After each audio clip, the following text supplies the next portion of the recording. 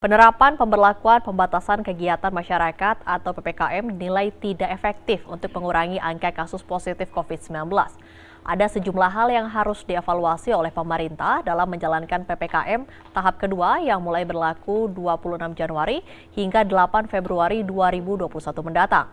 Simak wawancara jurnalis Jawapos TV Nurul Khotimah dan juru kamera Oris Alfian bersama Dewan Pakar Ikatan Ahli Kesehatan Masyarakat Indonesia Hermawan Saputra. Saat ini saya sudah bersama dengan Dewan Pakar Ikatan Ahli Kesehatan Masyarakat Indonesia, Hermawan Saputra. Halo Pak Hermawan, apa kabar? Baik, Alhamdulillah. Sehat, Mbak Nurul juga sehat ya? Sehat Pak. Pak, ini kan pemerintah akan melanjutkan nih Pak, PPKM untuk tahap kedua. Namun seperti yang kita lihat pada PPKM tahap pertama, ini laju pertambahan kasus positif COVID-19 masih cukup tinggi nih, hampir 10.000 nih setiap harinya. Lalu evaluasi apa sih yang harus dilakukan oleh pemerintah di PPKM tahap kedua ini? Jadi PPKM ini adalah kebijakan yang sebenarnya modifikasi dari PSBB ya sebelumnya, dan ini berawal dari inisiasi untuk melandaikan kasus di rumah sakit yang semakin melonjak. Bahkan rumah sakit di Jawa dan Bali ini sudah over capacity.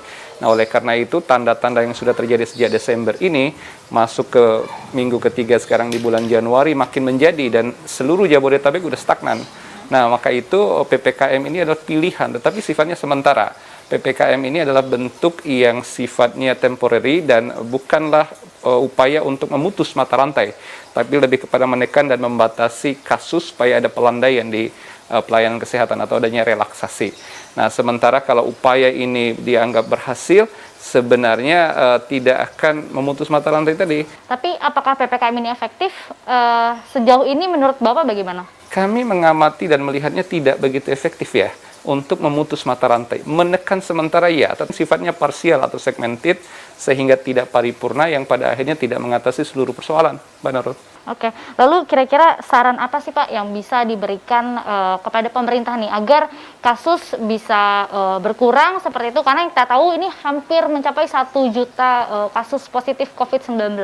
Ya, angka prevalensi kita memang predictable. Sejak awal kami sudah meramalkan akan kenaikan kasus. Bahkan perhitungan kami di akhir Desember itu sudah menyentuh 1 juta kasus, tetapi rupanya kelihatannya di Januari ini.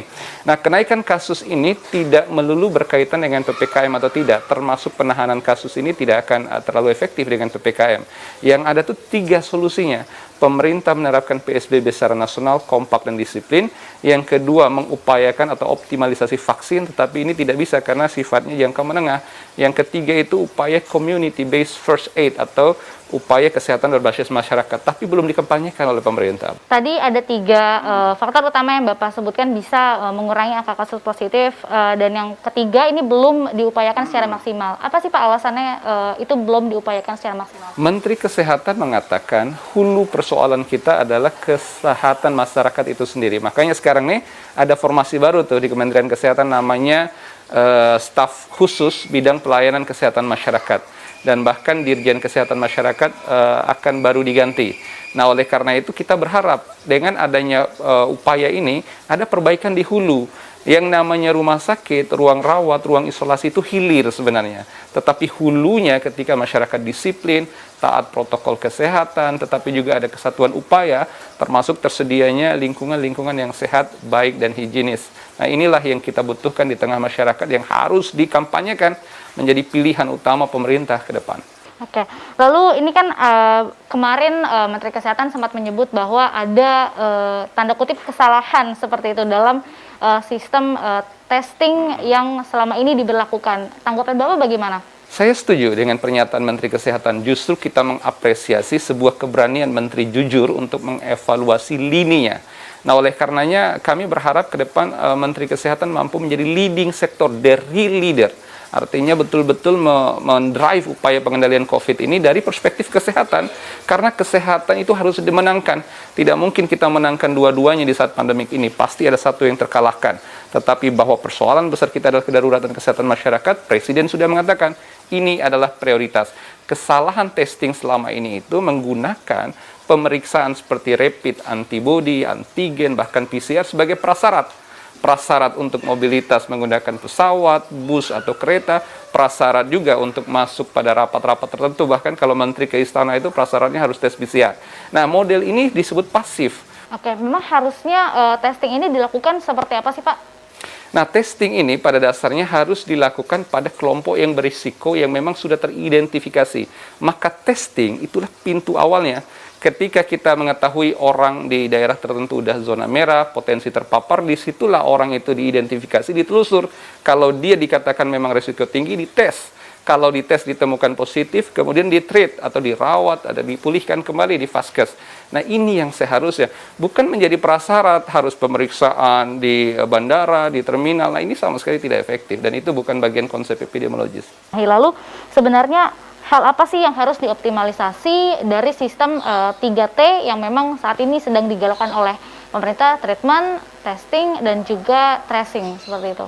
Yang saat ini perlu dilakukan adalah 3T, testing, tracing, dan treatment. Testing ini bukan dengan di bandara segala macam. Itu nggak masalah sih sebenarnya, tapi itu bukan dijadikan alasan utama kita atau ukuran utama. Testing itu pada kelompok orang-orang yang memang ditengarai berdasarkan tracing sebelumnya, itu dilakukan. Sehingga temuan kasus cepat, kalau cepat orang ditemukan kasus, cepat dirawat, cepat dipulihkan.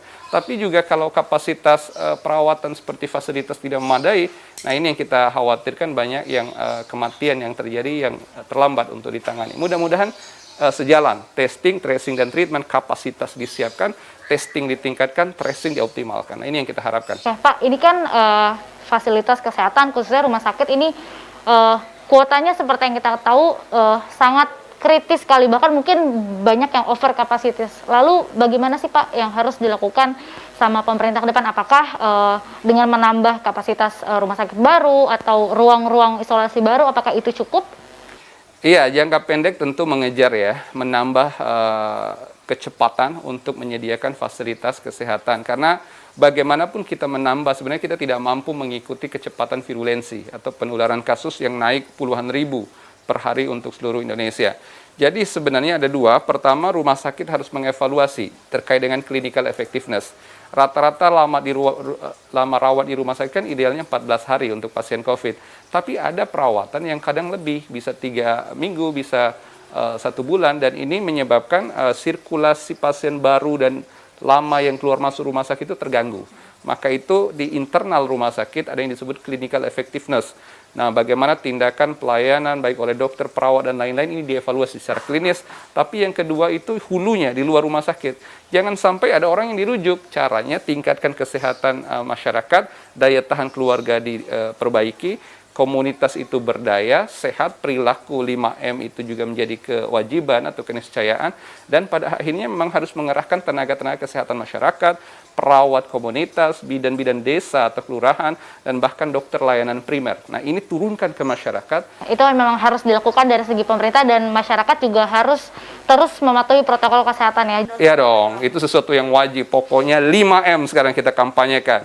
Terbiasa menggunakan masker seperti kita sekarang, menjaga jarak, terbiasa mencuci tangan, dan juga membatasi mobilitas dan menjauhi kerumunan. Itu yang utama. Oke, baik. Terima kasih Pak Hermawan atas waktunya untuk berbincang dengan Joko Sehat TV. selalu. Sehat selalu ya Bapak.